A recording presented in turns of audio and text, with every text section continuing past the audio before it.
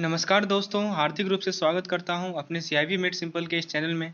तो फ्रेंड्स, हमारा एक सीरीज चल चुका है जिसमें मैं आप लोगों के साथ डिस्कस कर रहा हूं मैकमिलन बुक के प्रीवियस अनसॉल्व क्वेश्चन को। जो आप देखेंगे बुक के लास्ट में, हर एक चैप्टर के लास्ट में कुछ अनसॉल्व क्वेश्चन दिए गए हैं, उसके मैं सॉल्व करके आप लोगों को एक्सप्लेनेशन बताता हूँ।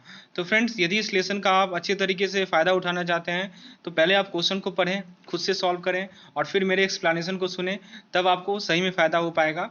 और ये सबसे बेस्ट तरीका है इस तरह के लेसन को समझने का।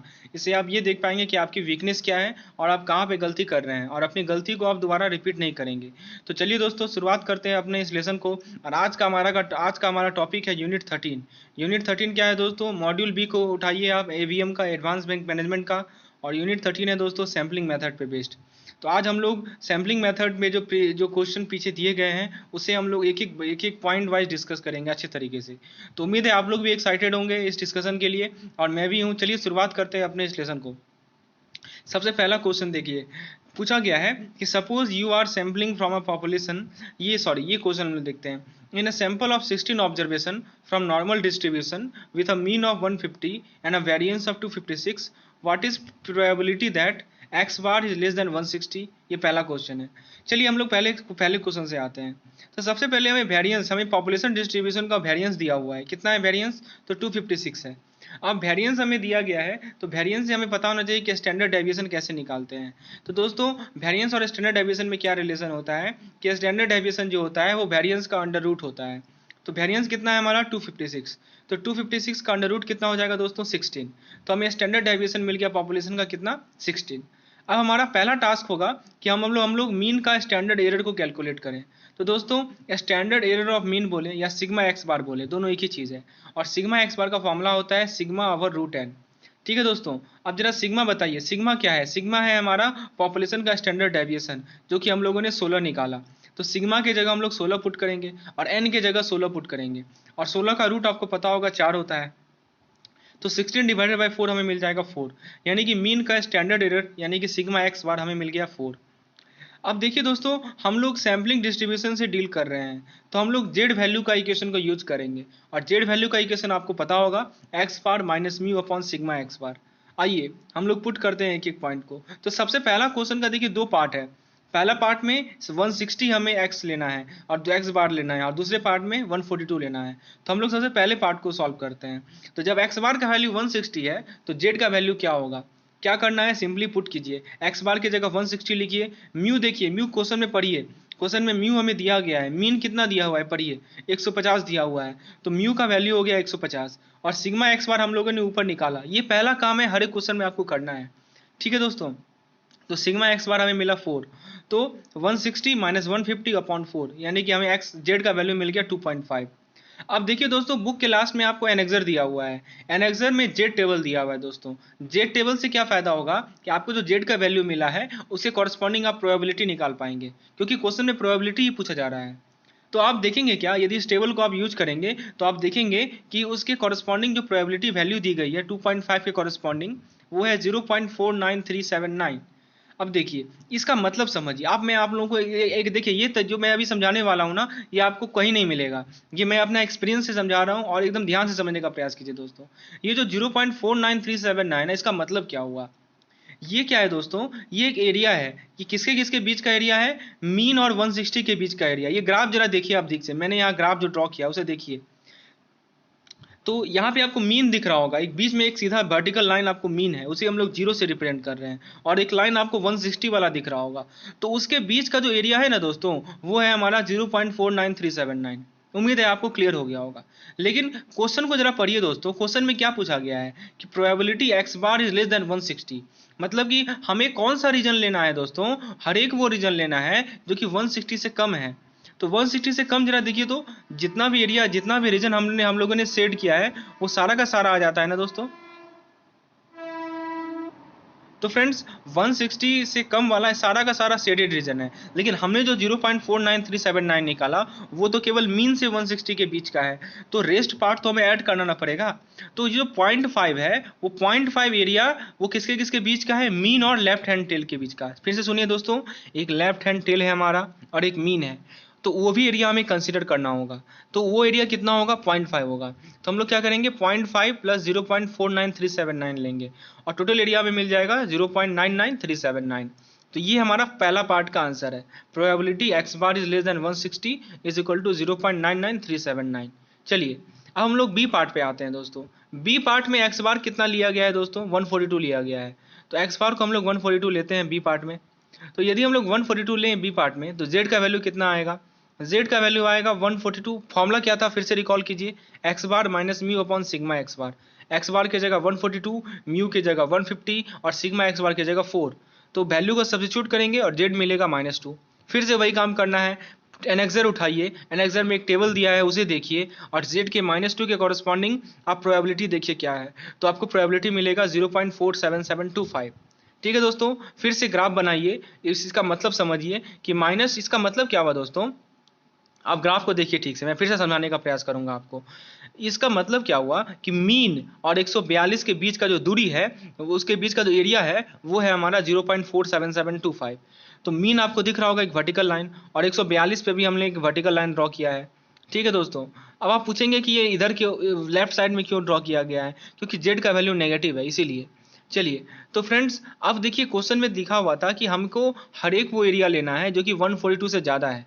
तो आप देख सकते हैं ये जो ग्राफ है उसमें मैंने शेड किया है कुछ रीजन को, और जो 142 से ज़्यादा है तो हमें सब रीजन को लेना है। तो उसमें आप देख सकते हैं कि 0.5 को हमने ऐड किया है। क्यों 0.5 को ऐड किया है, क्योंकि 0.5 को इसलिए ऐड किया है क्योंकि राइट हैंड टेल और मीन के बीच का जो एरिया है वो है 0.5। तो ऐड करने के बाद हमें फाइनल वैल्यू मिला 0.97725। तो दोस्तों उम्मीद है ये दो एग्जाम्पल आपको एकदम क्रिस्टल क्लियर हो गए होंगे। अब देखिए अगला क्वेश्चन क्या पूछा गया है, इसी का दूसरा पार्ट है कि यदि 16 ऑब्जर्वेशन की जगह केवल 9 ऑब्जर्वेशन को लिया जाए तो बताओ कि सेम आंसर क्या होगा। तो फ्रेंड्स अब बस सिंपल सी बात है, चेंज किस में आ रहा है, एन में चेंज आ रहा है। एन पहले 16 था, अब एन है हमारा 9। तो एन को यदि 9 लेंगे तो सिग्मा एक्स बार भी तो हमारा चेंज होगा। सिग्मा एक्स बार क्या था, सिग्मा अपॉन रूट एन था। तो सिग्मा तो 16 है, वो तो हम लोगों ने देख ही लिया था, क्वेश्चन में दिया ही था, वेरिएंस दिया हुआ था 256, तो सिग्मा हमने निकाला 16। अब एन बस चेंज हो गया, एन हो जाएगा √9 यानी कि 3, यानी कि 16/3 हमारा हो जाएगा सिग्मा एक्स बार। अब हम लोग बात करते हैं 160 के लिए। तो 160 के लिए सबसे पहले जेड निकालेंगे। जेड कितना मिलेगा, X bar minus mu upon sigma x bar. तो जेड हमें मिलेगा 160 माइनस 150 अपॉन 16/3। सिंप्लीफाई करने पे आपको मिलेगा 1.875। और फिर से वही काम है दोस्तों, जेड के कॉरस्पॉन्डिंग प्रोबेबिलिटी टेबल को देखिए और आपको आंसर मिलेगा 0.9696। आप अपने से ट्राई कीजिए दोस्तों, ठीक है। यदि आपको कहीं कठिनाई आ रही है, कहीं परेशानी आ रही है तो आप कमेंट सेक्शन में लिखिए, मैं उसे अच्छे तरीके से समझाऊंगा। तो बी पार्ट के लिए भी जेड का वैल्यू निकालिए, वो मिलेगा 1.5, और उसके लिए प्रोबेबिलिटी निकालेंगे तो आपको आंसर आएगा 0.93319। सेम सिचुएशन है, सेम प्रोसीड्यूर है, उसे फॉलो करना है और आपको आंसर लाना है दोस्तों। चलिए अगला क्वेश्चन पे आते हैं अपनी बुक के नेक्स्ट क्वेश्चन में। इसमें क्या कहा गया है कि एक सैंपल है 19 ऑब्जर्वेशन का, ठीक है, और उसका नॉर्मल डिस्ट्रीब्यूशन दिया हुआ है, मीन दिया हुआ है 18, स्टैंडर्ड डेविएशन दिया हुआ है 4.8। तो हमें प्रोबेबिलिटी निकालना है कि एक्स बार का वैल्यू 16 और 20 के बीच में है। आइए निकालते हैं।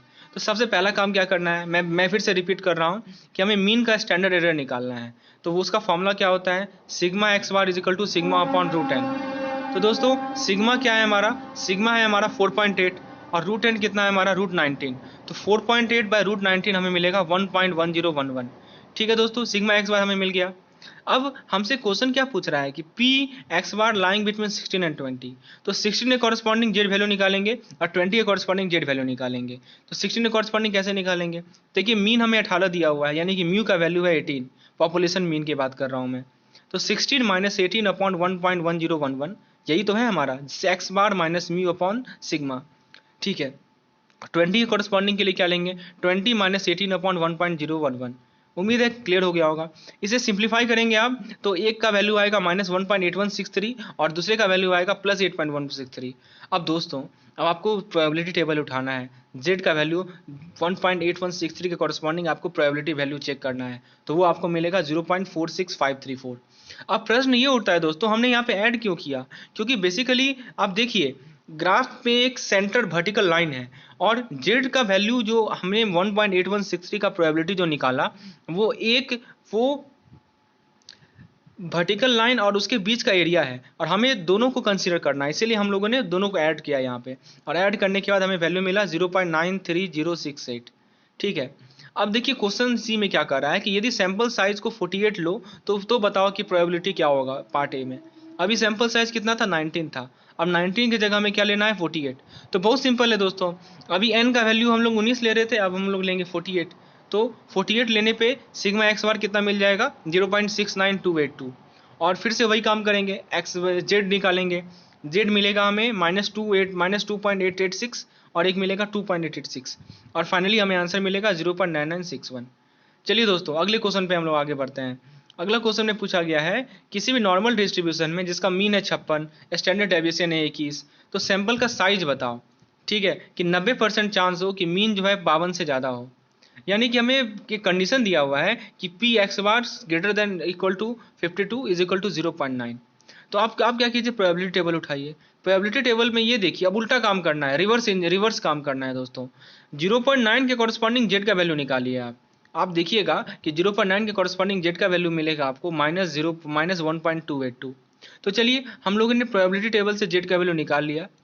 आपको एग्जाम में बिल्कुल भी निश्चिंत रहना है दोस्तों, क्योंकि आपको प्रोबेबिलिटी टेबल सामने लिखा जाता है, आपको सामने वैल्यू ही दे देता है, तो कोई भी दिक्कत वाली बात नहीं है। तो दोस्तों जेड का फॉर्मूला क्या था, X minus mu upon sigma x bar, और इसे हम लोग इक्वेट करेंगे किसे, -1.282 से। एक्स कितना है दोस्तों, एक्स है 52 एक्स बार, सॉरी म्यू कितना है हमारा, म्यू मीन है, मीन हमें 56 दिया हुआ है, और सिग्मा कितना है, सिग्मा एक्स बार क्या है दोस्तों, सिग्मा अपॉन √10, और सिग्मा हमें दिया हुआ है 56। तो सिंप्लीफाई कीजिए इसे और n का वैल्यू मिलेगा आपको 45, यानी कि सैंपल साइज है हमारा 45। बहुत सिंपल क्वेश्चन है और आंसर भी सिंपल है। चलिए लास्ट क्वेश्चन देखते हैं अपने इस सेगमेंट का। इसमें क्या पूछा गया है, किसी एक पवई में एक फ्लैट है, पवई लेक में एक फ्लैट लिया गया, एक ही फ्लैट है दोस्तों, उसका एवरेज कॉस्ट है 62 लाख और स्टैंडर्ड डेविएशन है 4.2 लाख। तो क्या प्रोबेबिलिटी है कि उस लोकेशन में जो एक फ्लैट मिलेगा उसका दाम कम से कम 65 लाख होगा। तो दोस्तों ये एवरेज प्राइस है और वो भी एक फ्लैट का है दोस्तों। तो हमारा सैंपल साइज है 1, एवरेज यानी कि मीन दिया हुआ है 62 लाख, म्यू हमें दिया हुआ है 62 लाख। तो दोस्तों आपको जो डाटा दी गई हैं उससे आपको देखना है कि हमारे पास जो सिग्मा है, म्यू है, एक्स बार है, आखिर ये क्या है, उसके कॉरस्पॉन्डिंग आपको मॉडलिंग करना है दोस्तों। तो friends average cost of flat यानी कि म्यू हमें दिया हुआ है 62 लाख, स्टैंडर्ड डेविएशन सिग्मा हमें दिया हुआ है 4.2 लाख। हमें क्या कंप्यूट करना है, p x bar is greater than equal to 65। तो फिर से वही काम करेंगे हम लोग, सबसे पहले अपना मीन निकाल लेंगे, तो सॉरी स्टैंडर्ड एरर निकालेंगे। तो कि वो क्या होता है, सिग्मा एक्स बार होता है, वो होता है सिग्मा अपॉन √10, एन का वैल्यू 1 है, तो 4.2 को 1 से डिवाइड कीजिए तो 4.2 ही मिलेगा दोस्तों। तो सिग्मा एक्स बार का वैल्यू मिल गया 4.2। जेड का वैल्यू होता है X bar minus mu upon sigma x bar, X bar हमें 65 है, म्यू हमें 62 है, और सिग्मा एक्स बार है 4.2। सब्स्टिट्यूट कीजिए वैल्यू, आंसर जेड का वैल्यू मिलेगा आपको 0.714। और फिर से वही टेबल, जेड टेबल से आप लोग प्रोबेबिलिटी निकालेंगे तो आंसर मिलेगा 0.2371।